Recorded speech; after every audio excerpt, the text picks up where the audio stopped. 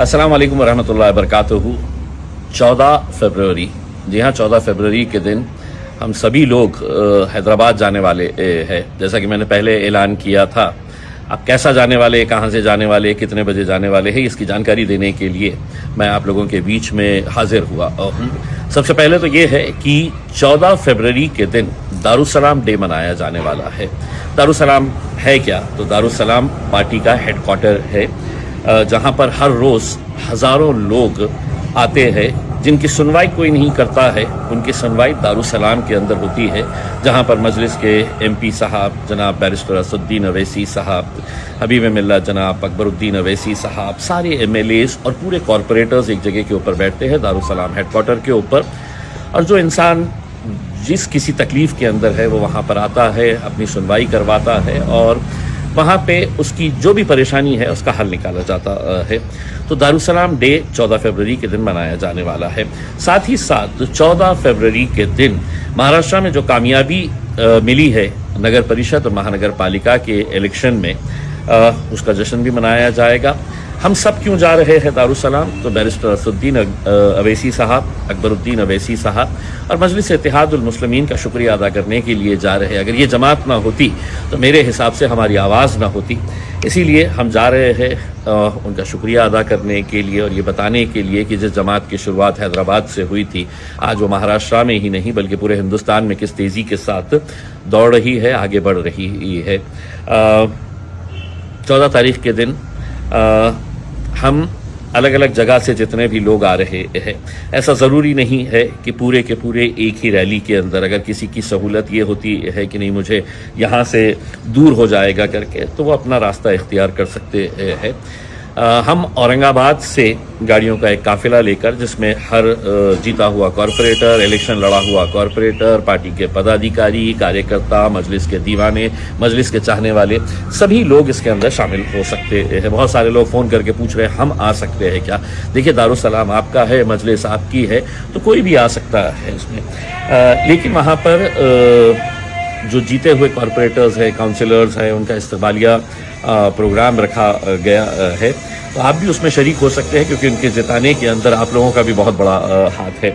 14 तारीख के दिन सुबह 6 बजे हम औरंगाबाद के आम खास मैदान के ऊपर जमा होंगे, जो जामा मस्जिद के सामने है, अपनी अपनी गाड़ियों के साथ। जामा मस्जिद के सामने आम खास मैदान पे गाड़ियाँ खड़ी रहेगी और हर गाड़ी के ऊपर मजलिस का झंडा रहेगा।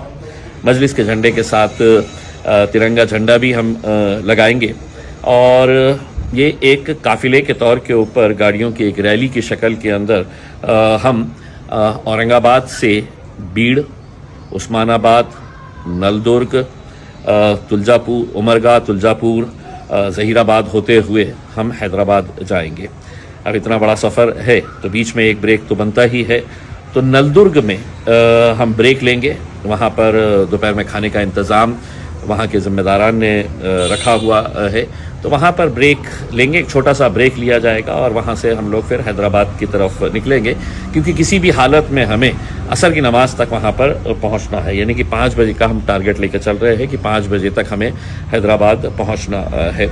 अब ये है कि एक चीज़ साफ़ कर देते हैं, चूँकि हमें पहुंचने का वक्त तय है और रास्ता बहुत बड़ा है। रैली की शक्ल में जब आप जाते हैं तो आपको डिसिप्लिन और स्पीड, इस सब बातों का ध्यान रखना पड़ता है। तो रास्ते में कहीं पर भी स्टॉप नहीं होगा। अगर कोई सोच रहा होगा कि मैं यहाँ पर रुकाकर इनका इस्तकबाल कर लूँगा, यहाँ पर रुकाकर इनसे मुलाकात कर लूँगा, यहाँ पर रुकाकर सेल्फी निकाल लूँगा, फ़ोटोज़ निकाल लूँगा, तो ये मुमकिन नहीं होगा। उसमें जो भी है वो आधे घंटे का जो हमारा ब्रेक रहने वाला है नलदुर्ग के अंदर, वहाँ पर आप अगर चाहे तो मुलाकात कर सकते हैं। अब जितने लोग अलग अलग शहरों से आ रहे हैं, आपको तय करना है कि आपको कन्वीनियंट कौन सा है। एक रैली की शक्ल तो यहाँ से जा रही है जो औरंगाबाद से निकल के बीड़, उस्मानाबाद होते हुए जा रही है। अगर किसी को ऐसा लगता है कि मुझे बीड़ करीब होता है तो आप बीड़ से ज्वाइन हो सकते हैं। किसी को लगता है कि मैं उस्मानाबाद मेरे लिए करीब होता है तो आप अपना रास्ता इख्तियार करके उस्मानाबाद आ जाए। लेकिन जब वहाँ पर गाड़ियाँ लेकर आए तो इस बात का ख्याल रखें कि गाड़ियां एक के पीछे एक लगाई जाए रास्ते के ऊपर। हमारी रैली की वजह से किसी दूसरे को तकलीफ ना हो, इस बात का पूरा ध्यान रखना चाहिए और हम रखेंगे। इनडिसिप्लिन हम किसी भी तरीके से बर्दाश्त नहीं करेंगे। जो पार्टी के जितने भी ऑर्गेनाइजर्स है जो इसकी तरतीब बताएंगे कि कैसा करने का है करके, तो उसको फॉलो करना होगा। किसी ने भी बहुत ज़्यादा स्पीड में गाड़ियां नहीं चलाना है, किसी ने भी एक दूसरे को ओवरटेक करने की कोशिश नहीं करना है। इन सब बातों को हम सबको ध्यान देने की ज़रूरत रहेगी। इम्पॉर्टेंट ये है कि हर गाड़ी के ऊपर हमारा झंडा, पार्टी का झंडा जो है वो झंडा लगाना है करके, क्योंकि अब ये झंडा लहरा रहा है, अब पूरे हिंदुस्तान के अंदर लहरा रहा है। तो हम भी जा रहे हैं अपने कायदों का शुक्रिया अदा करने के लिए कि जिसकी शुरुआत आपने हैदराबाद से की थी। आज देखिएगा कि मजलिस कहाँ कहाँ तक पहुँच चुकी है करके। तो यही बातें मैं आप लोगों को बताने के लिए आया हूँ। हम हर रोज़ कुछ ना कुछ अपडेट इसके ताल्लुक से हम करते रहेंगे। हमने अपने ऑफिस के ऊपर रजिस्ट्रेशन रखा हुआ है ताकि हमें भी ये बात का पता चल सके कि आखिर में कितनी गाड़ियां होने वाली है करके। तो वो रजिस्ट्रेशन की वजह से हमें आसानी ये होगी कि हैदराबाद जब पहुंचेंगे तो गाड़ियों की पार्किंग का भी इंतज़ाम करना है। तो हमको एक आइडिया आ जाएगी कि कौन सी गाड़ियां कहां पर हमें लगवाने का है करके, क्योंकि एक जगह के ऊपर तो ये मुमकिन नहीं होने वाला है करके। तो आपके लिए रजिस्ट्रेशन खुले हुए हैं, आपको हमारे ऑफिस के ऊपर ये गाड़ियों का रजिस्ट्रेशन करवाने का है और हमें भी एक आइडिया आ जाएगी कि कितने लोग है करके। दारुसलाम के अंदर रात में खाने का इंतज़ाम किया गया है और उसके बाद फिर लोगों का आपकी अपनी ये रहेगी कि आप वहाँ पे अगर रुकना चाहे तो अपने तौर के ऊपर आप रुक सकते हैं, जिसको वापस आना है वो वापस आ सकते हैं।